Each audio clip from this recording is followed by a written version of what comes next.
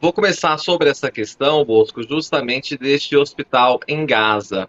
E vou pedir para a Paty aí mostrar para a gente algumas imagens que tem do míssil atingindo esse hospital de Gaza. Essa imagem que foi divulgada pelo Ministério da Defesa de Israel. Isso porque está tudo envolto em uma série de troca de acusações. Aí tá essa imagem muito forte, né? Um bombardeio que matou várias pessoas em um hospital na faixa de Gaza na terça. Segundo o Ministério da Saúde da Palestina, palestino, que é ligado ao grupo Hamas, cerca de 500 pessoas morreram. O grupo terrorista diz que partiu de Israel o ataque a este hospital.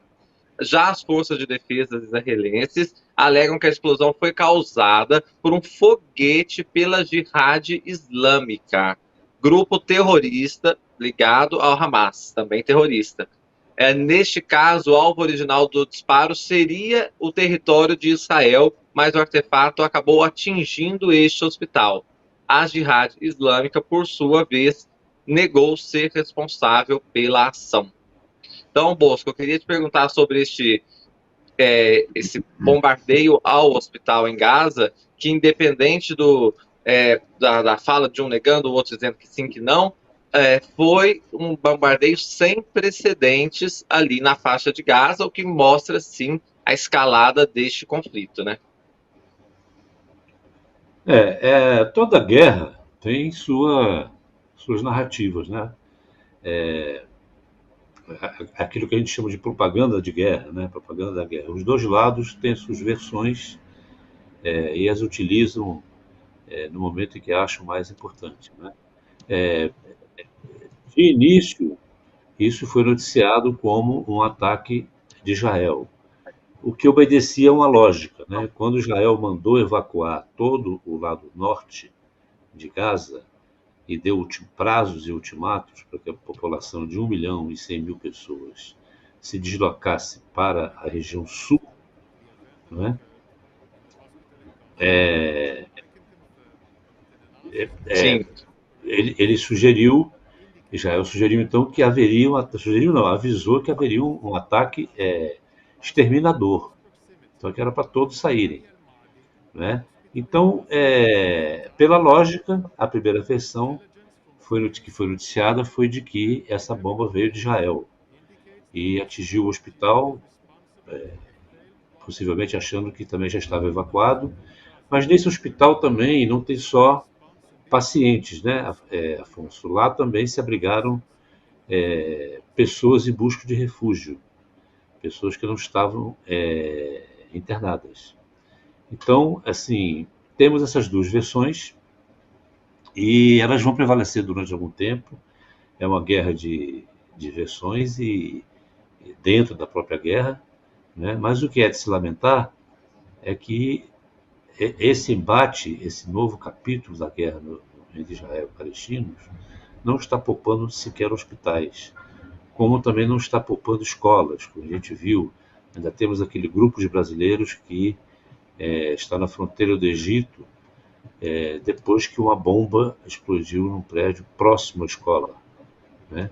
Então são crianças, mulheres, professores que estão agora lá na fronteira aguardando um sinal verde para atravessá-la e embarcar de volta ao Brasil, que a cada dia fica mais distante, fica uma possibilidade mais remota, porque Israel está passando um pente fino nas pessoas que estão ali à espera de cruzar a fronteira. E há um acordo entre Israel e Egito anterior a essa guerra, a esse capítulo da guerra, pelo qual Israel tem esse direito de exercer um filtro para quem vai passar pela fronteira, cruzar a fronteira para o Egito. Então, o cenário é o mais macabro possível e o mais dramático, Afonso, do ponto de vista humanitário.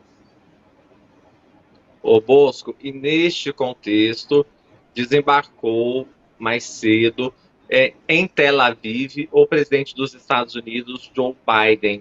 O Joe Biden está lá justamente para, antes de mais nada, trazer esta mensagem de apoio a Israel, não é? Isso em primeiro lugar, e claro também ter uma conversa reservada com o premier israelense para falar sobre essa guerra e fazer aí uma parte diplomática também. Nós temos essas imagens que são do governo israelense, que divulgou, dos dois se encontrando, portanto, em Tel Aviv, num momento muito delicado, né, uma situação bem conflagrada na faixa de Gaza, e o presidente dos Estados Unidos está por lá, e a gente está acompanhando, deve ter outras falas e outros posicionamentos. Já tem algumas coisas, Bosco. O Biden disse em Israel que as atrocidades do Hamas fazem com que o Estado Islâmico parecer mais racional.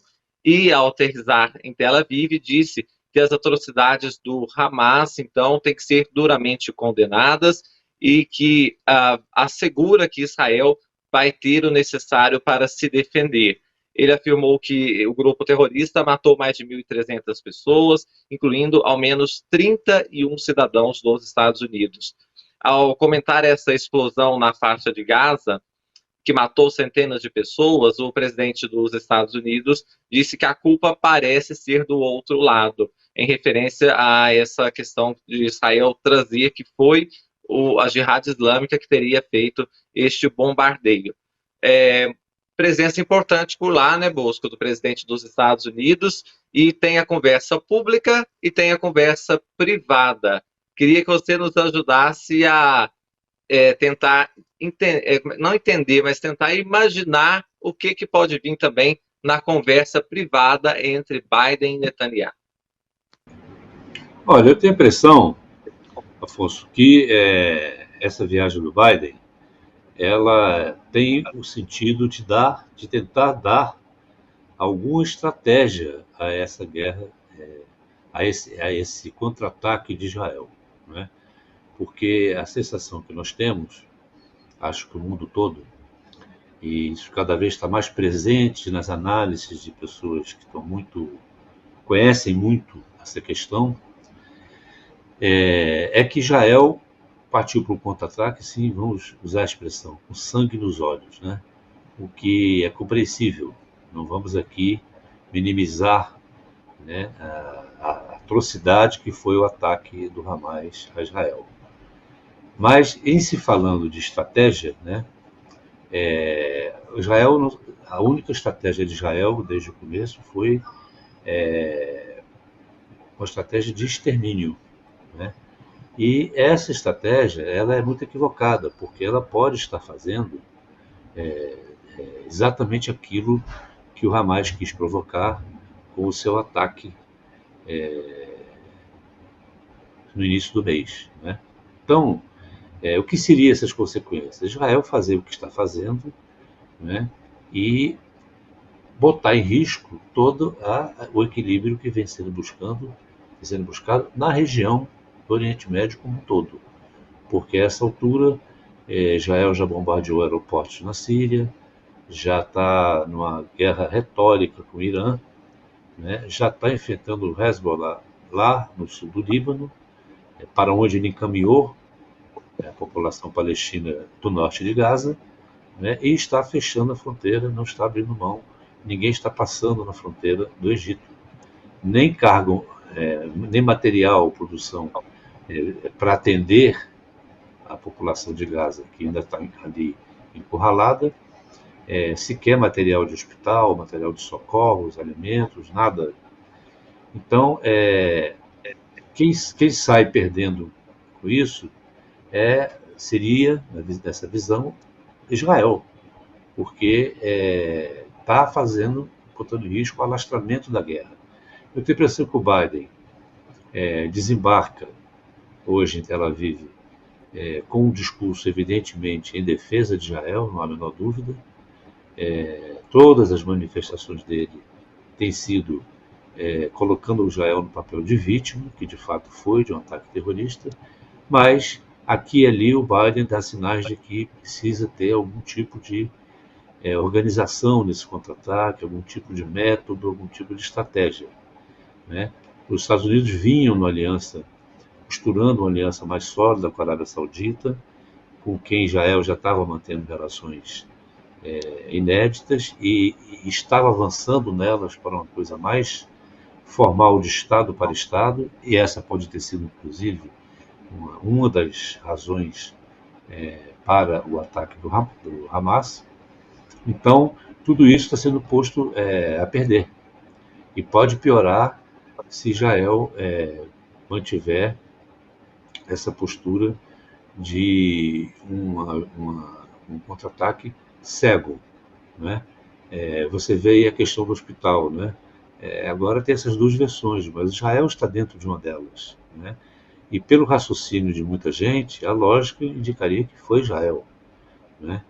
Embora a gente não possa descartar que aquele grupo que trabalha com métodos de terror possa também ter feito essa ação.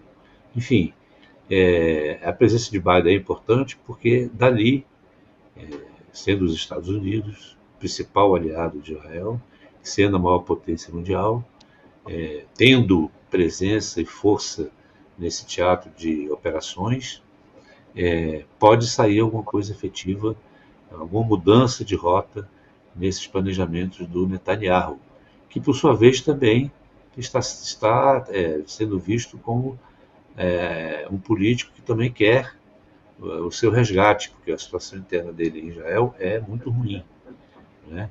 Ninguém duvida que após o conflito ele sofra consequências internas, né? Por várias razões, pela política que vinha adotando mais hostil com relação aos palestinos antes do ataque do Hamas, seja pela falha de segurança em Israel, que viabilizou esse ataque inédito, com terroristas entrando, fazendo incursões terrestres dentro do território israelense. Então, é importante a visita do Biden e vamos ficar atentos para o que se seguirá a ela, não de forma imediata, mas nas próximas horas, nas próximas 48 horas, 24 horas, para ver se ela surtiu algum efeito nesse sentido. Ô Bosco, eu vou pedir para a parte ir mostrando umas imagens também do governo de Israel sobre dos encontros dos dois, os dois conversando ali, só para ilustrar. Então a gente vai continuar dialogando e vai aparecer essa imagem aí só mesmo para trazer um pouco do que do que está se passando neste momento lá em Tel Aviv. Ainda sobre essa visita do Biden, Bosco, eu queria te pedir para nos ajudar a relembrar todos, primeiro, o apoio histórico de Israel dos Estados Unidos a Israel, isso desde a fundação do Estado israelense, e também um ponto que você já colocou, mas que é interessante sublinhar, que para além deste apoio mútuo em relação ao ataque terrorista do Hamas, há as questões internas dos dois países e dos dois presidentes, né, Bosco? E, por exemplo, em relação ao Biden, ele está próximo de disputar a reeleição por lá. Então é importante que ele tenha uma atitude mais proativa. E em relação ao Benjamin Netanyahu, ele também tem esse simbolismo de ter o apoio dos Estados Unidos, inclusive tendo o presidente do país fazendo a visita neste momento de guerra, né? Sim, existem situações internas, mas embora eu ache que a situação do Netanyahu ela influencia mais a condução de Israel nesse momento, né? Porque além de ter sido atacado e a população israelense nesse momento Israel experimenta aquilo que eu não chamo de união, mas de unidade interna em função da guerra. A situação do Netanyahu ela é ruim, ela precede a guerra e ela internamente permanece durante a guerra e ela trará consequências políticas para ele após a guerra. A situação do Biden, que também é de uma reeleição no seu país, tenho para mim que modificaria pouco, se ele não fosse candidato à reeleição, a posição dos Estados Unidos, que não poderia ser outra, de condenação ao terrorismo, ele próprio, Estados Unidos, uma vítima, quanto mais, né, vamos dizer assim, dos ataques terroristas, então, e é um aliado histórico de Israel. Então, não há, acho que não haveria uma mudança se não for, se a gente tirar de cena a situação do Biden, acho que modificaria pouco a postura dos Estados Unidos. Então, eu acho que o mais importante nessa missão do Biden é, de fato, primeiro, Israel passa a ideia de que não vai tolerar um Estado palestino. mesmo em circunstâncias salvo de terrorismo, quando ele faz esse tipo de contra-ataque de massacre, de extermínio, né? Então, nesse aspecto específico, ele fica alinhado com o Hamas, que também não quer o Estado israelense, né? Os terroristas. Então, é preciso algum ajuste de rota nessa estratégia que Israel vem adotando. E eu tenho para mim, insisto nisso, que essa é a missão do Biden, né? E como o Biden não está sozinho, porque a ONU também está empenhada nisso, a posição americana vai ter forte influência, vai ter uma força maior dentro da ONU, que talvez seja o que esteja faltando ainda.